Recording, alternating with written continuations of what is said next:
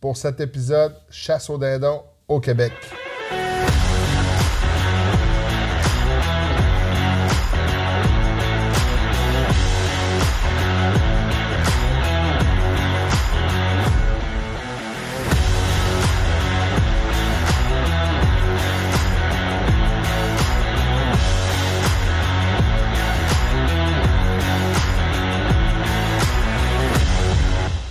Avant de vous présenter ma chasse 2023, j'ai eu une très bonne année 2022 en saison de chasse au dindon.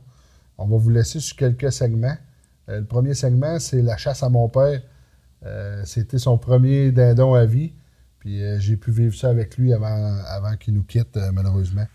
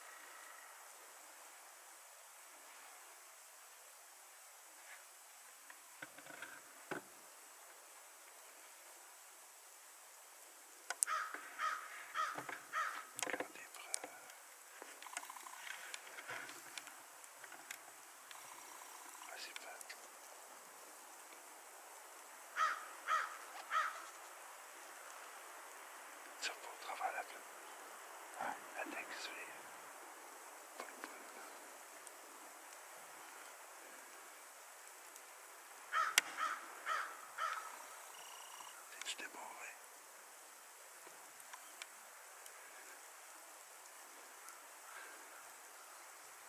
Tire pas la plaie.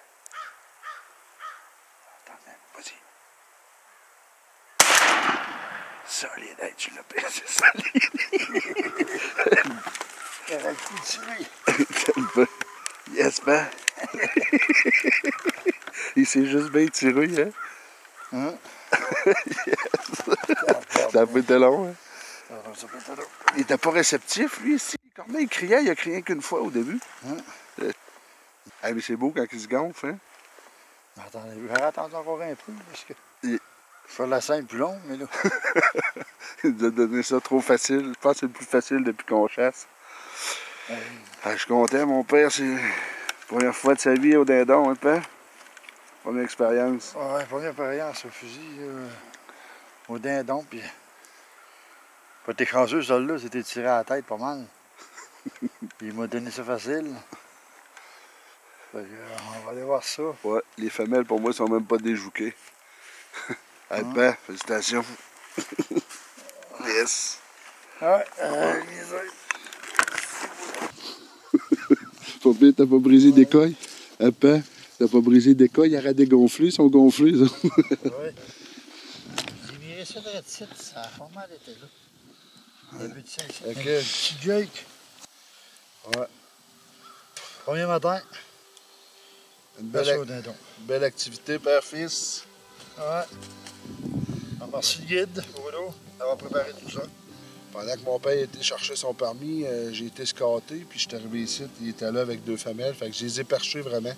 Fait que le truc, ben, c'est qu'on s'est mis à 300 pieds de où il était perché. En voyant des écoilles de clarté, là, la première corneille qui a crié, ben, il a glouté, ça n'a pas été long, mais après ça, il n'était plus trop réceptif. Les petits bouts de passe, on voit vraiment la différence d'un Jake d'un Tom. Vraiment, un Jake d'un an, les argots sont vraiment pas grosses, puis il y a une bonne différence, à la même âge que moi hier. Fait que c'est ça, une belle chasse. Station peu. Merci, buddy. On va prendre quelques photos et on rentre au barcail.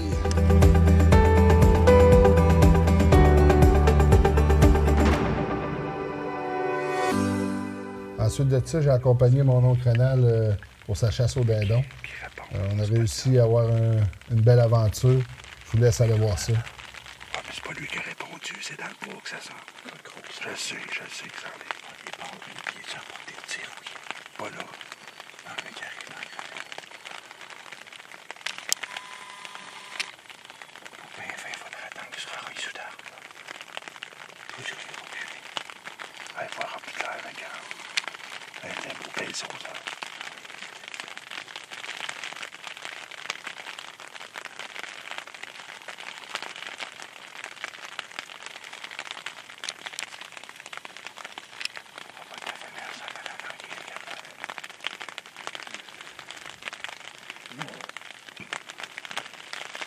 Quoi qu'il marche pas, lève ton fusil tranquillement. Jusqu'à vite au moins. Hein. Elle hésite. Ah ouais, fais-toi. Oui, fais-toi. OK, ouais. Solide, good job, buddy. Yes, mon buddy. Good job, Emory. Yes. Solide job.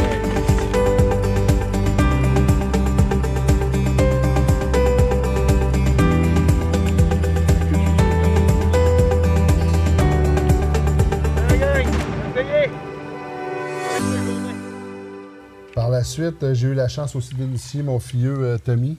C'était sa première expérience au dindon, puis j'ai réussi à faire récolter aussi son premier dindon.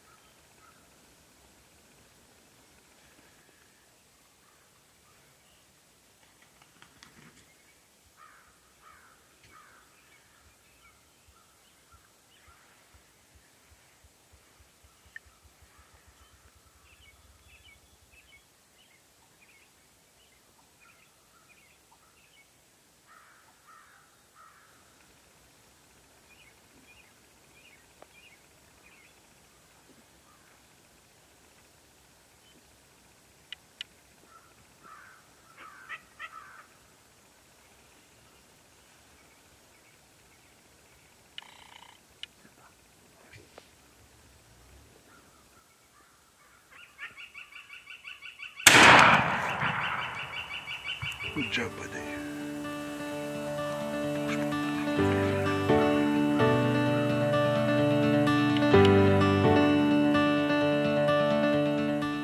Pour conclure, je vais vous présenter ma chasse 2023. Je pense que cette année, de Bruno, la prospection, tu as commencé ça de bonne heure? Très tôt, ouais, un bon 3 semaines, avant le temps.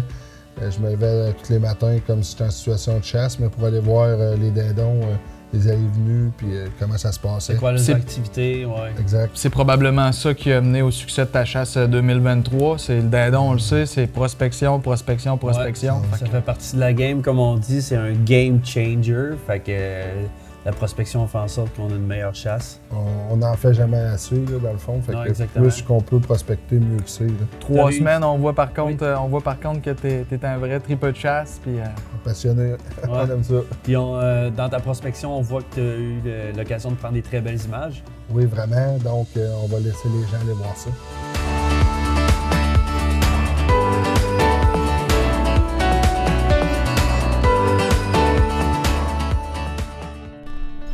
Je fais de la prospection le matin. Checkez-moi les belles images avec le soleil et les dindons. Wow!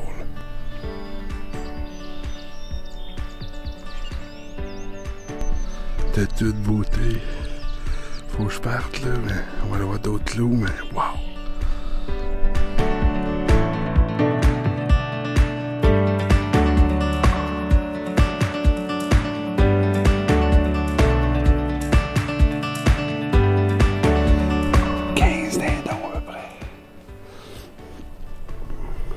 Prospection ce matin, on est le 23 avril, on était à quelques jours de l'ouverture.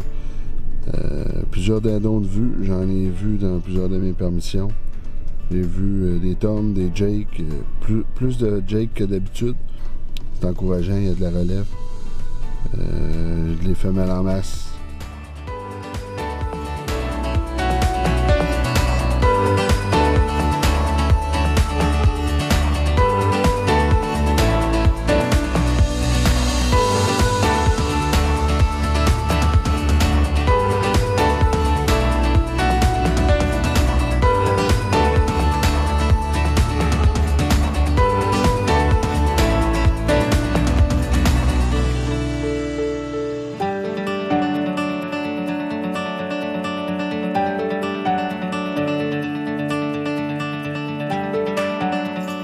On est à l'ouverture du dindon.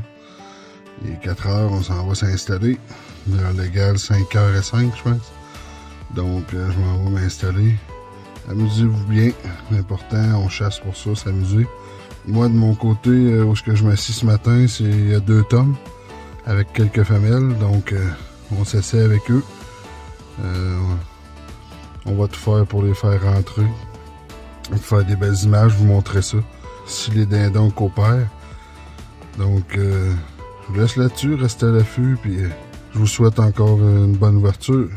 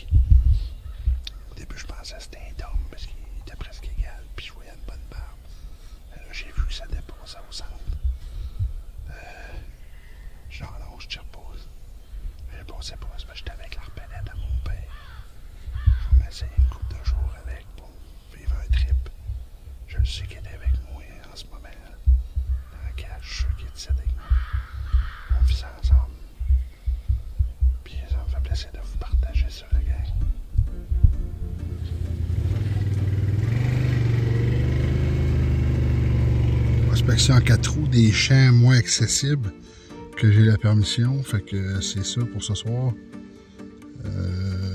Peut-être 3-4 dindons d'aperçu, rien de target. On continue de prospecter d'autres champs. Je veux juste voir les allées-venues. S'il n'y a pas des traces, s'il n'y a pas des escravins, s'il n'y a pas des dindons. On vient dans le parchamp avec temps. Je vais vous le montrer au bout de temps.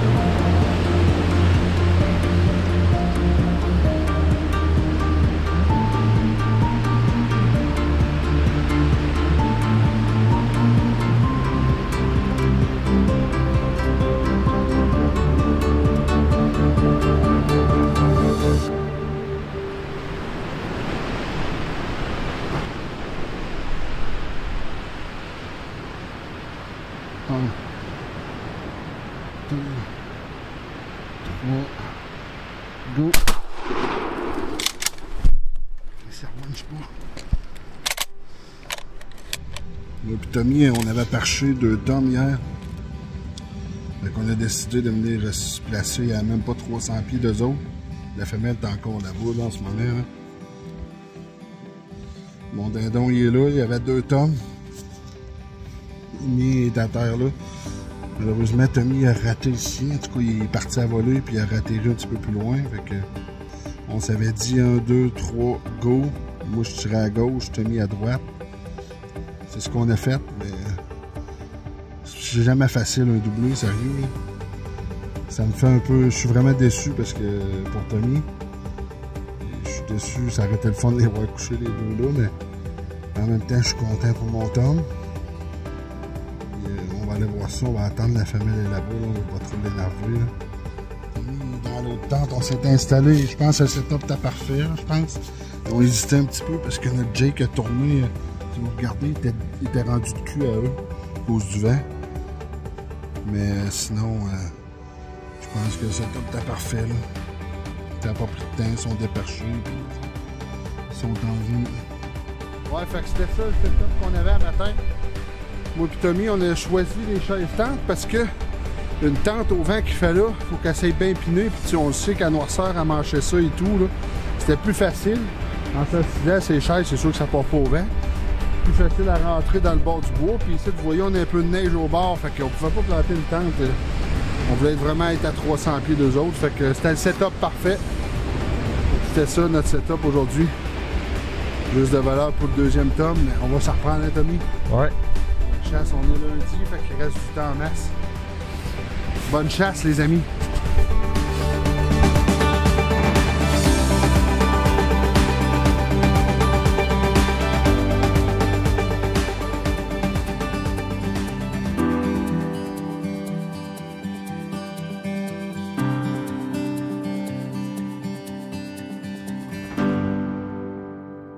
Comme vous avez pu voir, la température n'était pas de mon côté. La persévérance était de mise. Prenez soin de vous, prenez soin de la nature. On se voit la semaine prochaine.